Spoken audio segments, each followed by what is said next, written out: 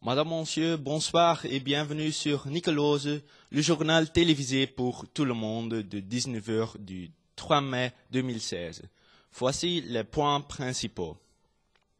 Tremblement de terre en Indie, 2 suspects de fraude arrêtés chez Studio 100, la grève à Bruxelles contre la SNCB après l'annonce de démission, attentat à Bruxelles, et enfin, Kevin De Bruyne parle de son championnat d'Europe en France. Et maintenant, une nouvelle assez pénible. Hier, il y avait un tremblement de terre au Népal. Plus de 1,4 million de personnes ont été déjà sauvées. Notre reporter est sur place avec une victime. Bonjour. Bonjour. Qu'est-ce qui s'est passé? Le deuxième jour de notre trek, on a entendu un grand grondement. Après, le bruit s'est intensifié et la terre a commencé à trembler. Frédéric m'a pris par le bras et on s'est mis derrière un talus. On est resté là, mais on avait très peur. Et à ce moment-là, vous étiez seul? Nous étions partis sans groupe et sans guide. Il n'y avait personne sur le chemin à ce moment-là. Combien de temps êtes-vous resté dans ce camp? Nous y sommes restés 4 jours et avant encore 2 jours dans la montagne. Au total, nous avons attendu 7 jours et 6 nuits avant d'être évacués à Katmandou en hélicoptère. Comment est-ce que votre évacuation s'est déroulée? On a appelé l'ambassade tous les jours, parfois même 3 fois par jour, afin de leur faire comprendre qu'ils doivent nous chercher. Puis un jour, il y avait 3 hélicoptères qui sont arrivés. Comment se sont passées les relations avec les Népalais? Il y a certains touristes pour qui ça s'est très mal passé avec les Népalais. Et pour les autres, ça a été totalement l'inverse. Il y a aussi beaucoup de guides qui ont sauvé leur vie. Oui, merci. Maintenant, on retourne au studio.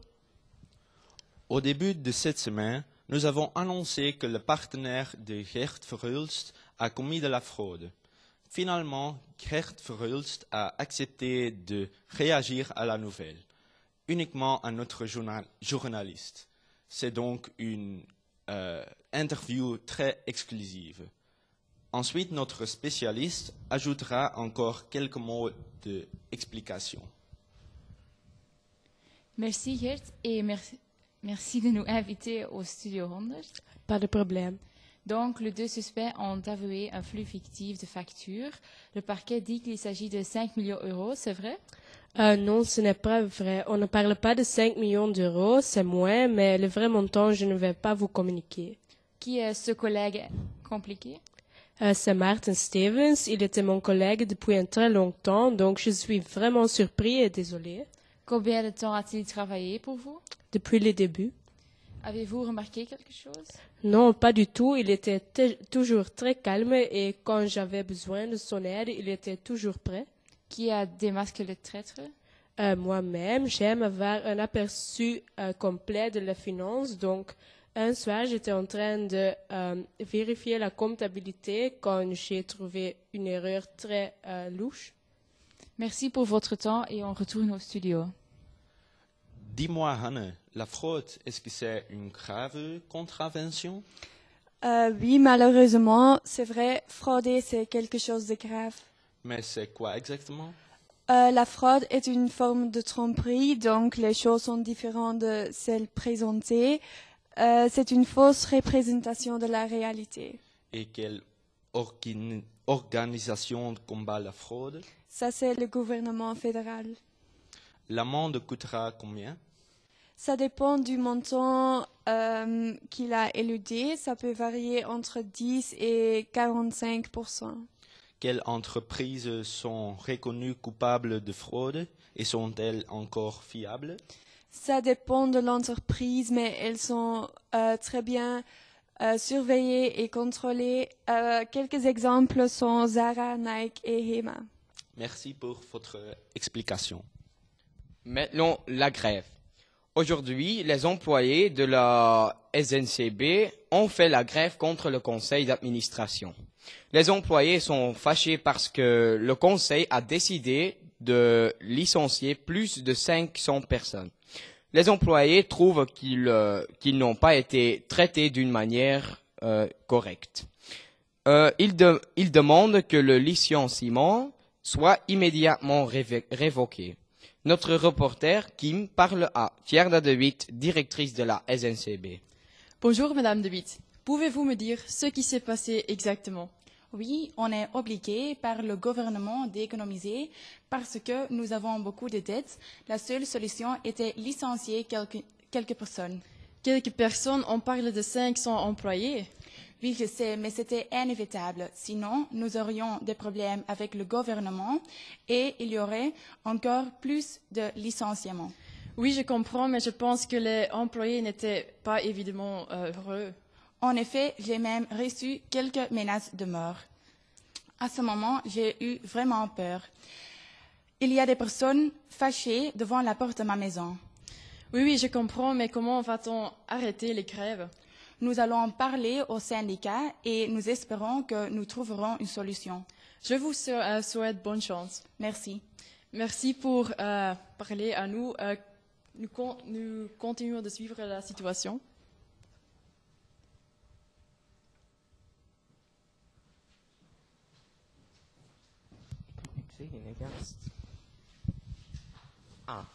Maintenant, un reportage live à Bruxelles. Le 21 mars, vers 8 heures, 3 attentats suicides à la bombe ont eu lieu. 2 à l'aéroport de Bruxelles à Zaventem et la 3e dans une rame de métro roulant, dans le tunnel proche de Malbec. Le bilan définitif fait de 31 morts et 340 blessés. Ces attentats revendiqués par l'organisation terroriste État islamique sont les plus meurtriers commis jusqu'alors en Belgique. Juani Peters est sur place à Zaventem. C'était irréalisable et inimaginable. Un témoin est à côté de moi. Bonjour Lara, pourriez-vous me raconter ce qui s'est passé au moment de l'explosion? Oui, j'étais dans la salle de départ. J'ai entendu un fort bruit et je me suis immédiatement rendu compte que c'était un attentat. J'ai vu beaucoup de gens qui s'enfuyaient et je les suivis. Et combien de l'explosion avez-vous entendu? Après avoir entendu la première bombe, j'ai commencé à courir et quand j'étais presque à la sortie, j'ai entendu une deuxième bombe. Il est possible qu'il y ait encore une autre, mais elle n'a pas explosé. Étiez-vous seul à l'aéroport? Non, j'étais là avec mon ami. Nous partions à New York pour son anniversaire. Après la première bombe, nous avons fui ensemble avec des autres gens. C'était un vrai chaos. Nous avons essayé d'être le plus loin du bâtiment que c'est possible. D'accord. La salle de départ était dans quel état? J'ai seulement vu le plafond qui se tombait et les fenêtres qui se brisaient. Et qu'est-ce qui se passait dans votre tête au moment de l'explosion? J'ai immédiatement pensé aux victimes et la sécurité de mon ami et moi. Je suis vraiment choquée par ce qui s'est passé. Merci pour votre temps et je souhaite beaucoup de courage. Merci. Maintenant, nous passons au sport. Bonjour Sébastien.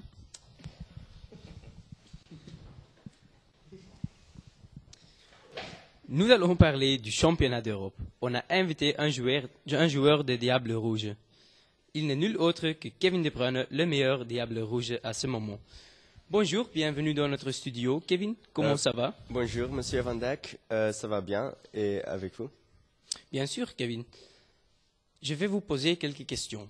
Pour commencer, qu'est-ce que vous attendez du championnat? J'espère que nous arriverons à la finale et que nous la gagnerons. Ce serait fantastique. Et quelle est l'équipe favorite selon vous? Quel pays a la meilleure chance de gagner le tournoi? Je pense que la France a la meilleure chance parce que les Bleus jouent des matchs à domicile. Vous avez raison. Mais nous, les Diables Rouges, avons aussi beaucoup de chance, n'est-ce pas? Bien sûr, on a une équipe très solide et forte. Nous travaillons dur et j'espère que nos efforts transformeront en résultats et qu'on gagnera le tournoi. Ce serait un rêve devenu réalité. Et Kevin, vous préférez jouer contre quel joueur? J'ai toujours rêvé de jouer contre Cristiano Ronaldo. Je trouve qu'il est le meilleur attaquant du monde. Chaque match, il marque un but. C'est exceptionnel. Je suis d'accord avec vous. Maintenant, ma dernière question.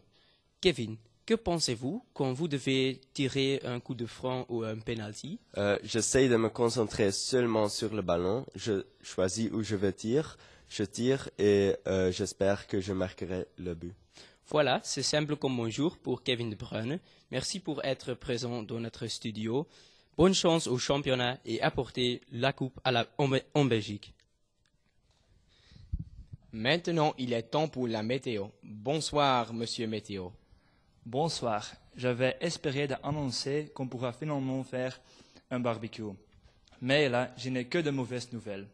Vendredi, en Belgique, on voit qu'il y a une température maximale de 13 degrés dans le centre du pays. Il y a des nuages et on s'attend de la pluie.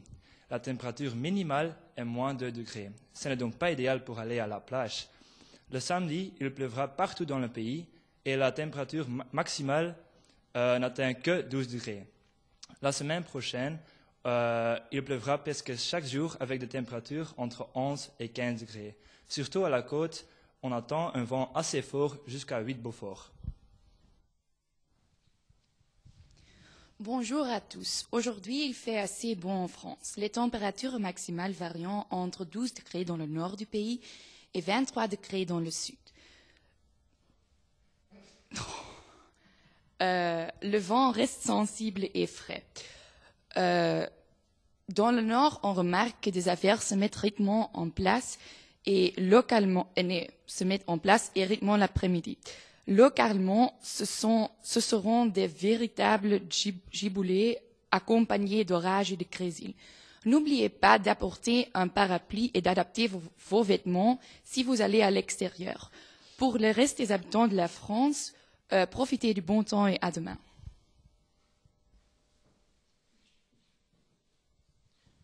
Voilà, chers spectateurs, fin du journal. À demain.